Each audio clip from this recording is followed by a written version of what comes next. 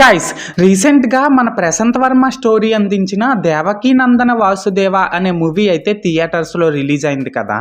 అయితే నేను ఆ మూవీని నిన్న చూసి రావడం అయితే జరిగింది. సో ఈ వీడియోలో మనం ఏంటంటే గైస్, అసలు ఆ మూవీ ఎలా ఉంది ఏంటి అనేది డిస్కస్ చేద్దాం. ఓకేనా, లెట్స్ గో. అయితే ఇక్కడ ఫస్ట్ ఆఫ్ ఆల్ స్పాయిలర్స్ లేని బేసిక్ స్టోరీ లైన్ ఏంటి అనే విషయానికి వచ్చినట్లయితే గైస్, కంసరాజు అనే వ్యక్తి చాలా అంటే చాలా క్రూరంగా ప్రవర్తిస్తుంటాడు. తనను ఎదిరించే దమ్ము ధైర్యం ఎవ్వరికీ ఉండవన్నమాట. అయితే ఒకరోజు ఈ కంసరాజు తన సొంత చెల్లెలి కూతుర్నే చంపేయాలి అని అనుకుంటాడు.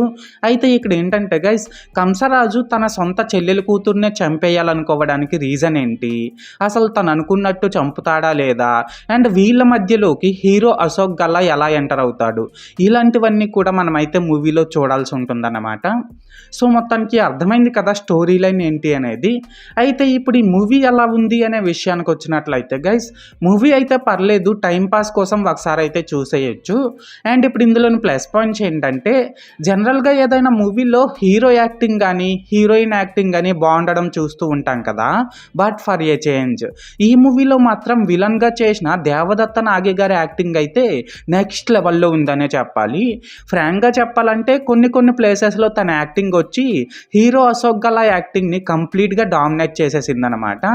అలాగే ఈ మూవీకి భీమ్ సిసిరిలో ఇచ్చిన బీజిఎం కూడా సూపర్ ఉంది. నిజంగా చెప్పుకోవాలనేసి అంటే కొన్ని సీన్స్కి తను ఇచ్చిన బీజిఎం విన్నాక అబ్బా ఏం కొట్టాడ్రా అనే ఫీలింగ్ అయితే మనకు కంపల్సరిగా కలుగుతుంది. దీనికి తోడు ఇందులో విజువల్స్ అన్నీ కూడా చాలా న్యాచురల్గా సూపర్ ఉన్నాయి అన్నమాట. లాస్ట్గా ఏంటంటే ఇందులో ఇంటర్వెల్ బ్లాక్లో వచ్చే ట్విస్ట్ ఒకటి బాగుంది. అండ్ మూవీ స్టార్టింగ్లో విలన్ యొక్క ఇంట్రడక్షన్ ఒకటి చాలా బాగుంది. సో మొత్తానికి ప్లస్ పాయింట్స్ విషయానికి వచ్చినట్లయితే ఇదన్నమాట మ్యాటర్. అండ్ ఇప్పుడు ఇందులో మైనస్ పాయింట్స్ ఏంటంటే గైస్, ఈ మూవీకి మన ప్రశాంత్ వర్మ ఇచ్చిన స్టోరీలో మెయిన్ పాయింట్ బాగున్నప్పటికీ కూడా స్టోరీ మాత్రం అవుట్డేటెడ్ స్టోరీ అనే చెప్పాలి. పోనీ ఇందులో స్టోరీ నెరేషన్ అయినా స్క్రీన్ ప్లే అయినా ఇవైనా బాగున్నాయంటే ఇవి కూడా చాలా అవుట్డేటెడ్గా అండ్ రొటీన్గానే ఉన్నాయి అన్నమాట. అన్నట్టు స్టోరీనే అవుట్డేటెడ్ స్టోరీ అయినప్పుడు డైరెక్టర్ అయినా ఏం చేస్తారులేండి, కరెక్టే కదా.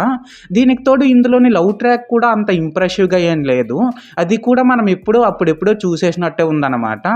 మెయిన్గా ఇందులో హీరో హీరోయిన్ల యాక్టింగ్ అయితే టూ వరస్ట్ ఉందనే చెప్పాలి. అసలు వాళ్ళకి ఎక్స్ప్రెషన్స్ పలకడమే రావట్లేదు అనమాట.